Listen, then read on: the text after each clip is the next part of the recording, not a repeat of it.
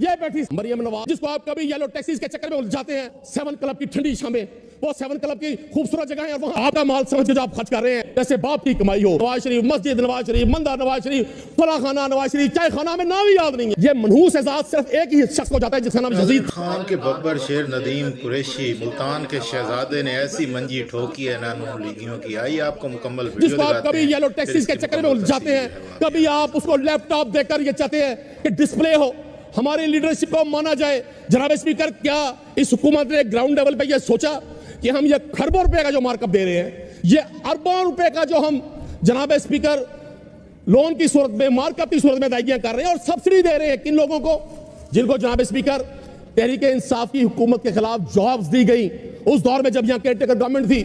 ये आज orange metro, ये ठीक है आप कहें कि जी एक बहुत बड़ा प्रोजेक्ट नजर आ रहा है, लेकिन अगर ये लोगों के खून चूस कर बनाया जाए तो ये प्रोजेक्ट कातलाना प्रोजेक्ट है। जनाब स्पीकर, साउथ पंजाब में कई मनसूबाजात का ऐलान किया था।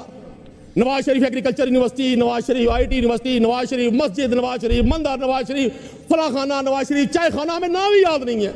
हमें एहतराम है नवाज शरीफ साहब का, लेकिन दुनिया का हर प्रोजेक्ट उन्होंने मंसूब कर दिया नवाज शरीफ साहब से। वो कहते हैं ना तेरा नाम भी आएगा मेरे नाम के साथ, इसीलिए इन्होंने लेकिन मैंने देखा जनाब स्पीकर पिछले 3 माह में 90 दिन में एक प्रोजेक्ट भी साउथ पंजाब में गवर्नमेंट ने शुरू किया है। मैं इनको मनाऊंगा भी सही, माजरत भी करूंगा और 3 माह की जुबानबंदी या खुद कर लूंगा। जनाब स्पीकर, क्या कोई शख्स बता सकता है कि 4.5 करोड़ लोगों का कसूर क्या है? सिर्फ ये कसूर कि उन्होंने आपको फॉर्म 45 पे 8 फरवरी को मैदान सियासत में शिकस्त फाश दी।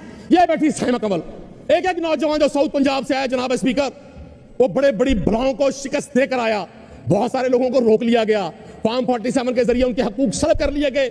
मैं आज भी जब ठंडे दिल से सोचता हूं जनाब स्पीकर, तो मुझे जनूबी पंजाब के साथ तख्त लाहौर का एक शदीद सियासी तासुब नजर आता है। आज साउथ पंजाब के लोग पूछते हैं कि आपने मेंटेनेंस और रिपेयर्स में पिछले 3 माह में जनाब स्पीकर 21 अरब 93 करोड़ 22 अरब रुपया खर्च कर दिया है। जनाब स्पीकर, मुल्तान शहर, मदीनतुल औलिया, जनूबी पंजाब के माथे का झूमर, आप तमाम सर्कुलर रोड विजिट करें, बात वो करूंगा जो साबित हो सके, सिवाय एक रोड जो कैंट की तरफ जाता है।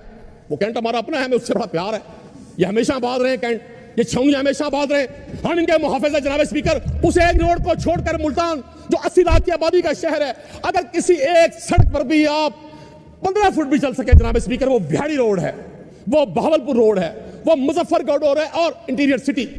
जनाब स्पीकर, 2 लाख लोग अंदरूनी शहर मुल्तान में रहते हैं, 2 लाख लोग उस वॉल सिटी में जहां सिकंदर आजम आया था, जहां मोहम्मद बिन कासिम आया था। खुदा की कसम, साफ पीने का पानी नहीं है। पिछले 25 रोज से ड्रिंकिंग वाटर बंद है अंदरूनी शहर में। कोई शख्स, क्योंकि अंदरूनी मुल्तान शहर ने रिजेक्ट कर दिया उन लोगों को जो आज हुकूमतों में बैठे हुए हैं। मुल्तान की तमाम सीट्स फॉर्म 45 पे देखें तो तहरीक इंसाफ जीती है। जब मैं पूछता हूं MD वासा से कि भाई क्या मसला है, ड्रिंकिंग वाटर नहीं है मेरे शहर के लोगों के लिए, यार इनको हर चीज आपने बंद कर दी, पानी तो बंद ना करें। ये तो एजाज इस कायनात में, ये मनहूस एजाज सिर्फ एक ही शख्स को जाता है जिसका नाम यजीद था, जिसने इमाम हुसैन अलैहिस्सलाम और उनके काफिले पर पानी बंद किया था। MD वासा साहब, आप ये लोगों पे जो पानी बंद कर रहे हैं उसकी वजह क्या है? वो कहते हैं अगर ड्रिंकिंग वाटर चलाते हैं तो सारा सीवरेज का सिस्टम फ्लड हो जाता है।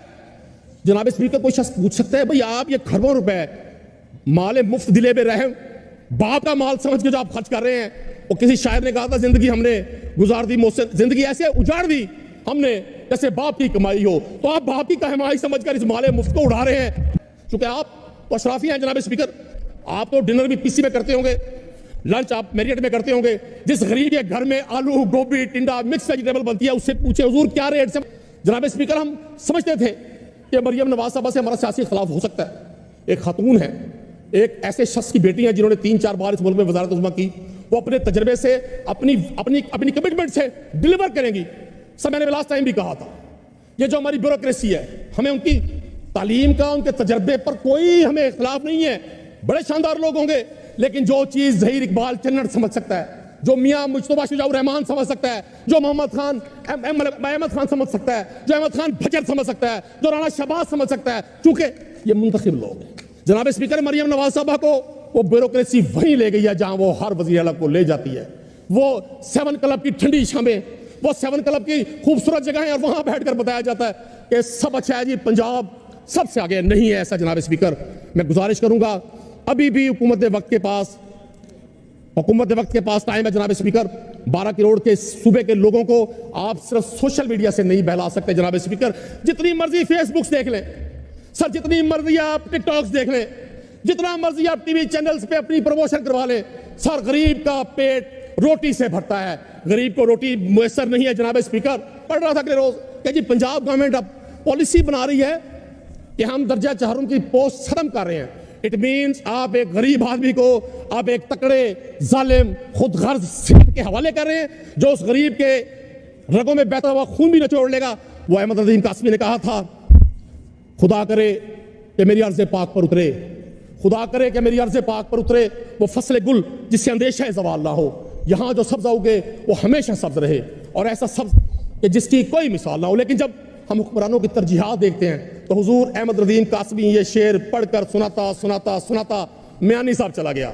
हमें भी लगता है यही है कि हम भी इसी इंतजार में उस जगह पहुंच जाएंगे, वहीं फिर हिसाब होगा, वहीं अर्जी होगी, वहीं दरखास्त होगी। नाज़रीन वीडियो देखिए आपने, नदीम कुरैशी का ताल्लुक मुल्तान से, और मुल्तान के जियाले वैसे बड़े मशहूर हैं। गिलानी साहब की टब्बर है, यानी कि उनकी एक फैमिली है, बड़ी फैमिली है, कुरैशियों की फैमिली है, सियासी फैमिली है, डोगरों की फैमिली है, और एक फैमिली जो है ये नदीम कुरैशी वाली फैमिली, ये भी बड़ी फैमिली है क्योंकि ये भी कुरैशियों की फैमिली है, क्योंकि शाह महमूद कुरैशी है, ये भी कुरैशी है। तो कुरैशी सारे मिल गए हैं। कुछ पंजाब असम्बली में किसी ने जेलें भर दी हैं, तो कहीं उन्हें कौमी असम्बली भर दी है।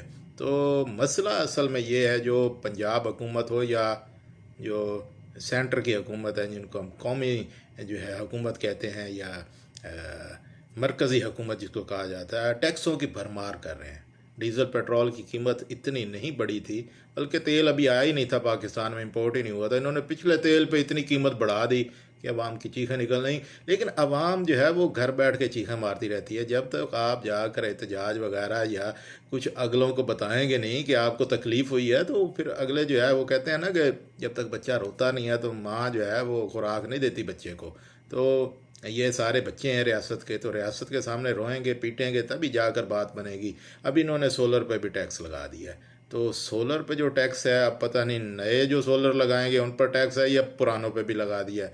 मेरा तो ये ख्याल है कि सभी पे टैक्स लगा दिया, और ये टैक्स भी अच्छा खासा हो जाएगा, और जिन्होंने पहले लगाए हैं उनको भी देना पड़ेगा। तो हर चीज़ पे टैक्स है। सिर्फ एक चीज़ रह गई है, सांस लेना हो, क्योंकि पाकिस्तान एक ज़राई मुल्क है, यहाँ पर गंदम ही काफ़ी महंगी हो गई है। इसके अलावा पानी तो फ्री में मिलना चाहिए था पीने का, लेकिन वो भी अब जो है वो जो पैसों के बगैर पानी भी पीने का साफ़ जो है ना वो आपको नहीं मिलता। तो बाकी रह गया है सिर्फ सांस लेने पर टैक्स लगाना। तो अभी अनकरीब मुझे लगता है कि फ़ी बंदा वो पैसे देगा गवर्नमेंट को, क्योंकि वो इस